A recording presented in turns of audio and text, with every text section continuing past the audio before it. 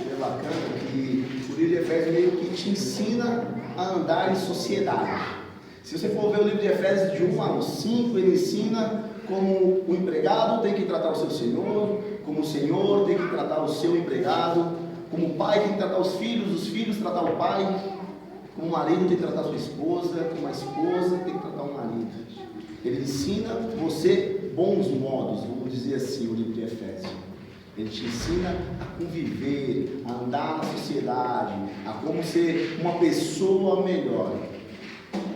Só que o interessante do livro de Efésios é que no capítulo 6, ele termina mostrando que nós não somos só deste mundo.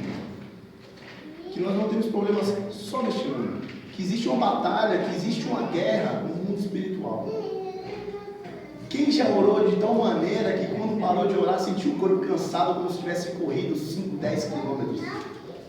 Porque quando você ora, o seu espírito sai do seu corpo e vai lá para as mansões celestiais guerrear junto com os anjos do Senhor contra as potestades do mal. E quando ele volta dessa guerra, dessa batalha, e ele volta para o seu corpo, você sente aquele peso por causa da batalha, por causa da guerra. Jesus Cristo, quando foi indagado, cadê o seu exército? Cadê? Você não é rei? Ele falou, o meu reino é eterno, não é deste mundo, daqui eu não sou. Existe uma batalha espiritual o tempo todo, da hora que você acorda, a hora que você se deita, e até enquanto você dorme, essa batalha espiritual não para. E o livro de Efésios, depois que o apóstolo falou como viver em sociedade, ele nos dá dica de como guerrear. Ele prepara guerreiros. E um bom guerreiro tem que ter uma boa armadura. E no livro de Efésios 6 a 18, ele vai falando de cada parte da armadura. E nós vamos destrinchar aqui, versículo por versículo. Porque depois de toda a leitura, porque para a gente entender cada versículo. Vamos lá, Efésios 6, do 10 ao 18. Fala assim, armadura de Deus. Finalmente fortalecei-vos no Senhor e no seu poder. Vistam toda a armadura de Deus, para poderem ficar firmes contra as ciladas do diabo.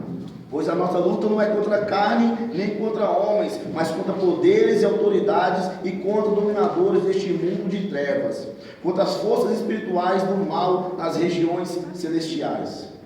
Por isso, vistam toda a armadura de Deus, para que possam resistir no dia mau e permanecer inabaláveis depois de terem feito tudo.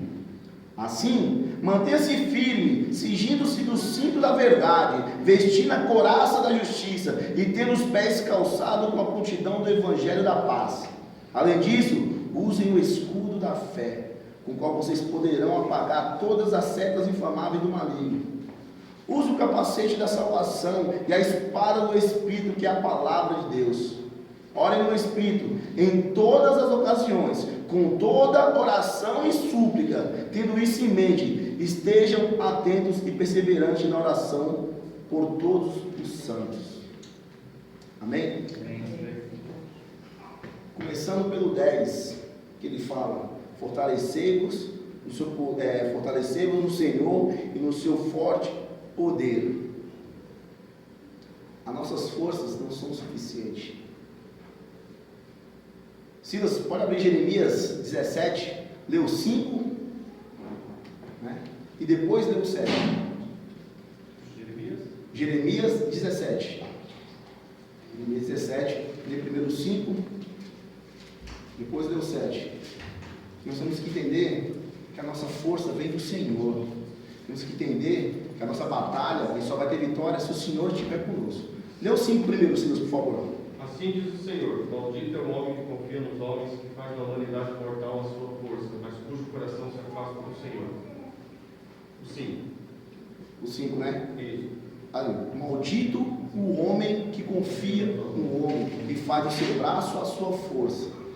Muita gente interpreta quando fala assim, maldito o homem que confia no homem, maldito o homem que confia no outro homem. Eu entendo diferente. Eu entendo que fala assim, maldito o homem que confia em si mesmo, que acha que é autossuficiente para guerrear sozinho, Porque tem no seu braço a esperança da vitória. Acha que vai conseguir na marra, na força. Então, maldito um homem autoconfiante o suficiente para achar que não precisa de nada, que não precisa de ninguém. Essa é a minha interpretação. Muita gente fala que é maldito um homem que confia no outro homem. Eu não vejo dessa maneira, até porque você tem que entrar em sociedade, você tem que confiar nas pessoas. Não, a sua interpretação está correta. Obrigado, pastor. Amém. É o Espírito Santo de Deus que está falando. Lê o 7 agora, Senhor, por favor. Mas bendito é o homem cuja confiança está no Senhor, cuja confiança nele está. Bendito é o homem que confia no Senhor. Sábio é o homem que confia no Senhor, que detém suas forças no Senhor. Porque em Cristo a vitória é certa. Com Cristo a vitória é certa. Não há derrota em Cristo Jesus. Não há derrota para Deus. Não confunda a tribulação, não confunda a dificuldade com derrota. Você vai passar dificuldade, você vai passar tribulações, mas a vitória é sua, em nome de Jesus, desde que a tua confiança seja no Senhor, desde que o Senhor seja a tua força, desde que o Senhor seja o seu ajudador, desde que o Senhor vá na frente da batalha. Não tem como perder. Não seja maldito, seja bem-aventurado, seja bendito, seja inteligente. Eu, de 3 irmãos, sou o mais velho. Como eu queria ter um irmão mais velho para quando tivesse problema na escola. Quantas vezes eu tive que me virar sozinho? Eu queria ter um irmão mais velho. É tão bom você ter um irmão mais velho. E o cara vem mexer com você, seu irmão mais velho está na porta da escola te esperando. E o cara olha assim, o irmão mais velho não vem. Assim é Jesus Cristo. Satanás, se ele estiver sozinho, ele vai te atropelar. Satanás, se ele estiver sozinho, ele vai passar por cima de você. Mas se ele olhar para você e ver um homem de branco do seu lado, Satanás treme. Satanás treme. Ele sabe que ali não dá. Ele sabe que para ele ali não dá. Então ande com Jesus. Deposite a sua força nele. Deposite nele a sua confiança. E a vitória é sua. No 12, ele vai falar assim: hoje a nossa luta não é contra seres humanos. Em algumas versões da nossa luta não é contra carne ou homem, mas contra potestades e dominadores deste mundo. Aquele chefe chato, aquele vizinho que fica arrumando problema com você todos os dias, com aquele som pela música horrível, alto, depois das 10 horas da noite. Aquele colega de trabalho que vive fofocando a respeito de você, contando mentira. Aquele filho que dá trabalho para a mãe desde sensibilidade. Aquele marido que chega bêbado em casa, batendo todo mundo. Aquela mulher que não é zelosa com a sua casa. Aquele patrão que maltrata o servo, aquele servo que não está nem aí para as coisas do seu trabalho. Essa pessoa dá vontade de chegar assim, pegar o pescoço dele e dar uma chacoalhada, entre outras coisas. Mas tem que entender que essa pessoa não tem aquela sabedoria sua do versículo 10. Essa pessoa deixa ser usada por Satanás. E o que Deus está querendo te dizer aqui, que a sua luta não é contra essa pessoa. Não tenha ódio, não tenha raiva, não tenha rancor. Entrega essas pessoas na mão do Senhor, porque nossa luta não é contra a carne. Se nossa luta não é na força do nosso braço, consequentemente não é contra a carne e contra a sangue. Se a nossa luta, se a nossa esperança está no Senhor, é porque a luta, a batalha é espiritual. Nós temos que entender que a partir do momento que nós aceitamos Jesus Cristo, isso tem que ser uma certeza da nossa vida. Tem que ser um entendimento da nossa vida. Nós somos desse mundo, mas não pertencemos a Ele. Porque o Senhor tem o melhor para nós. Ele tem o melhor para nós. Então, eu sei que é difícil, não estou falando. Eu falo por mim mesmo, gente, não é fácil não. Mas entrega na mão do Senhor. Entrega teu filho, tua filha, teu pai, tua mãe, teu vizinho, teu patrão, teu colega de trabalho. Entrega na mão do Senhor. Fala, Senhor, toma a frente antes que eu faça alguma coisa que eu não devo fazer. Senhor, entrega nas tuas mãos. Entra com providência, Senhor. Eu não quero discutir, eu não quero ter raiva, eu não quero ter mágoa dessa pessoa. Porque eu sei que isso não vem de ti. Porque isso vai me fazer mal. Porque você ficar com raiva, com rancor, só faz mal para você mesmo. Se tem uma pessoa que perde por ficar amargurada, se tem uma pessoa que perde por odiar, é você mesmo. Esse sentimento é um sentimento que destrói a pessoa por dentro. Esse sentimento é um sentimento que deixa uma brecha para Satanás passar por cima de você. Ele vai entrando no seu coração, ele vai trazendo aquela amargura, aquela raiva, e você não tem mais o prazer de sorrir. Tudo te faz lembrar aquela pessoa, tudo te faz lembrar aquele momento, e você deixa de viver por aquilo que, se você simplesmente, esse simplesmente não é facilmente, simplesmente entrega na mão do Senhor e fala: Senhor, toma providência. Entra nessa guerra, no mundo espiritual, porque aqui na carne está difícil, Senhor. Aqui na carne está difícil. Então entrega essa pessoa na mão do Senhor. Entrega essa batalha humana na mão do Senhor. Porque nossa luta não é contra a carne, nem contra a sangue, mas é contra principados e dominadores do mal. O inimigo, ele sabe onde te atingir. Ele sabe aquela pessoa que entra em conflito com você, que te derruba. Ele sabe. E é justamente essa pessoa que ele vai usar para te afligir. Ele é astuto. Ele é astuto, mas maior é o que está em nós, do que o que está no mundo. Jesus falou assim: neste mundo tereis aflições, mas tende bom ânimo, eu venci o mundo. O que está falando o seu Senhor? Tende bom ânimo, eu venci o mundo. E ele continua falando assim no 14: assim mantenha-se firme, cingindo-se com o cinto da verdade e vestindo a couraça da justiça. Verdade. A palavra que sai da tua boca, a palavra da boca do crente. Sim, sim e não, não. Que passar disso, jaz do maligno. Você ser justo com as suas atitudes, você ser correto com as suas atitudes, você ser íntegro, para não dar brecha, para não dar oportunidade de te apontar. Para quando você for fazer alguma coisa, falar assim: ali vai o servo de Deus, ali vai o homem de Deus. Antigamente, quando chegava um crente para um crediário numa loja, e por acaso a pessoa descobriu que era um crente, ele queria empurrar o crediário porque sabia que o crente ia firmar a sua palavra, ia pagar. Hoje em dia, se você chegar e falar que você é crente, você é crente, é? Por que isso? Está errado. Mau uso da palavra de Deus, crente de rótulo. Porque a palavra do servo de Deus tem que ser sim, sim e não, não. Mantenha-se firme, cingido do cinto da verdade e da couraça da justiça. Ser justo, ser íntegro, ser correto nas suas atitudes, nas suas palavras, na sua conduta. Ser diferente, sal da terra, luz do mundo. Ser diferente, fazer diferença. E ele continua falando aqui no 15... e tendo os pés calçados com a prontidão do evangelho da paz. Os pés calçados.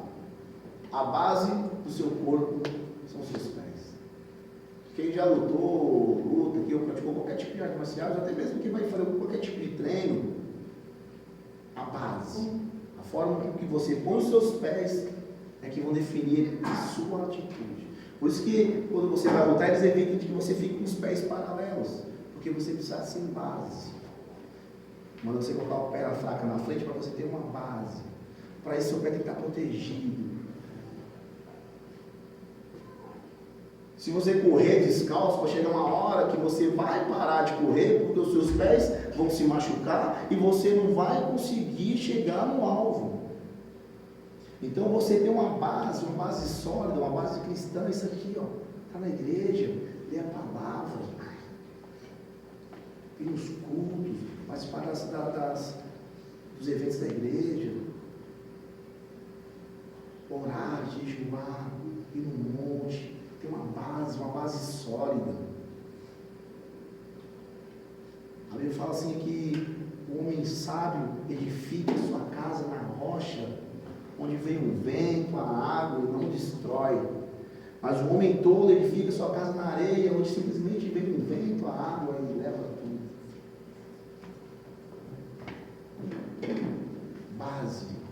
A base do Senhor. No 16 ele fala assim: além disso, usem o escudo da fé, com o qual vocês poderão apagar todas as setas inflamáveis do maligno. Escudo. Lá no meu trabalho, né? Nós utilizamos de escudo. Quem não sabe, eu sou da Shopping de São Paulo, né? Nós utilizamos aqueles escudos, você vê, eu sou da Shopping. E o escudo traz a sensação de segurança. Não só a sensação, o escudo traz a segurança, né? E uma das características do pelotão de choque é que o escudeiro tem prioridade sobre os demais. Por quê? Aquele que estiver vulnerável fora da proteção do escudo vai ser alvejado, vai cair. Então o escudeiro tem prioridade sobre os demais. Aqui fala no 16, usem o escudo da fé. A Bíblia fala que sem fé é impossível agradar a Deus. Aquele confiar meio desconfiando, aquele Senhor me ajuda, mas você não abre mão. Ah, Senhor, eu queria me libertar disso, mas eu não consigo parar de ver, eu não consigo parar de mexer, eu não consigo parar de falar. Você não abre mão, você não entrega, você não tem fé de que Deus pode realmente mudar, você não entrega literalmente na mão de Deus, do Senhor. Você fala que vai entregar na mão dele, mas na verdade você fica naquela tipo, entrega, mas não entrega, faz, mas não faz. A Bíblia fala que sem fé é impossível agradar a Deus. A fé é a proteção, é o escudo da fé, para que quando vier a guerra, para que quando vier o combate, para quando vier as setas malignas, quando vier o Satanás vir contra você, ele bate aqui a sua fé, não passe daqui da sua fé. Se ele ficar batendo no escudo da fé, no escudo da fé, no escudo da fé, ele vai cansar. Resistir ao diabo e ele fugirá de vós. Tenha fé. Às vezes dá uma sensação meio estranha, você está tomando um carro no escuro e fala isso por experiência própria. Mas se você resistir, quem está do lado vai cansar. Resistir ao diabo e ele fugirá de vós. O 17 fala assim, para mim esse é o mais interessante: usem o capacete da salvação e a espada do Espírito, que é a palavra de Deus. Se você observar as grandes guerras, né, desde os primórdios do tempo, você vai ver diferentes tipos de capacete, né? Os romanos chamam de elmo, proteção da cabeça, né? Depois na era mais avançada, os cavaleiros que combatiam usavam aquele elmo com viseira, né? Hoje nós utilizamos de capacete de algumas ações. Por quê? Se você observar alguns filmes, às vezes o guerreiro tomava uma flechada no peito, uma flechada na perna, ele continuava guerreando, ele continuava indo para cima.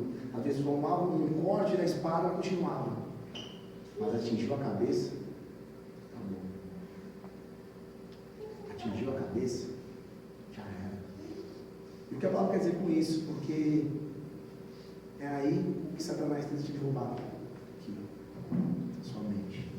Às vezes você tem um coração igual ao coração de Davi, um coração bom, que quer fazer coisas boas. Davi era um homem segundo o coração de Deus. Sabe o que é ter um coração segundo o coração de Deus? É Deus imaginar um ser humano com um coração perfeito e falar assim: eu queria que os seres humanos todos tivessem um coração como o de Davi, que é um coração segundo o coração de Deus, um coração bom, um coração puro, que tinha desejo por justiça, desejo por fazer a vontade de Deus. Ele tinha desejo por glorificar o nome do Senhor. Ele tinha desejo por que a nação de Israel fosse uma nação próspera. Ele tinha desejo de abrir a boca dele e louvar o Senhor com salmo. Mas ele foi vencido aqui, quando ele pecou. Às vezes o coração tem o desejo de fazer o que é certo, mas às vezes a sua mente não deixa. E quando Satanás vê que com o seu coração não leve, fica aqui. Aí você pergunta: Deus, por que eu quero fazer e não consigo? Eu já fiz essa pergunta várias vezes. O apóstolo Paulo fala assim: maldito homem que sou, porque o bem que quero Esse eu não faço, mas o mal que não quero, esse sim eu faço, porque já não faço mais eu, mas o mal que está dentro de mim. Eu estou falando de Paulo. Segundo muitos, o maior apóstolo de todos os tempos. O homem responsável por quase todo o Novo Testamento, inclusive por esse livro que a gente está falando agora. E ele falava, maldito homem que sou, porque ele sabia que a mente dele, o temperamento dele, às vezes fazia com que o coração dele fosse enganado. Então a Bíblia fala assim, use o capacete da salvação, por quê? Porque é aí que você vai perder a sua salvação. Aqui. Mente vazia, oficina do diabo. Se você não ocupar a sua mente com coisas de Deus, se você não ocupar a sua mente lendo a palavra, se você não ocupar a sua mente orando, jejuando, se você não ocupar a sua mente falando com Deus, o diabo vai entrar na sua mente e ele vai te derrubar. Se Davi tivesse jogado uma pedra no peito de Golias, se Davi tivesse jogado uma pedra na garganta de Golias, se Davi tivesse jogado uma pedra em qualquer lugar de Golias, Davi teria se derrotado. Ele derrubou Golias, porque ele acertou a fronte. Ele acertou a cabeça. Se vê aquele pensamento mal, fala, Senhor, faça de mim esses maus pensamentos. Eu quero fazer a tua vontade, Senhor, eu quero fazer o teu querer. Eu não consigo, está difícil, o que eu faço? Me ajuda. Meu pé está firmado, Senhor, eu estou com uma base, eu estou já com toda a armadura aqui, o meu escudo. Eu creio, Senhor, eu creio, eu estou protegido, mas às vezes a minha mente me atrapalha, a minha mente me engana. Quando eu acho que está tudo bem, Senhor, aí acontece as coisas que eu não entendo. Eu não entendo, Senhor. Porque como Paulo, o bem que eu quero eu não faço, mas o mal que eu não quero eu faço. Senhor, eu não quero fazer isso. Reveste-me com o capacete da salvação. E ele completa com a espada do Espírito, que é a palavra de Deus. Quer resposta para os seus problemas? Quer resposta para as suas dificuldades? Está aqui. Quer resposta para tudo? Está aqui.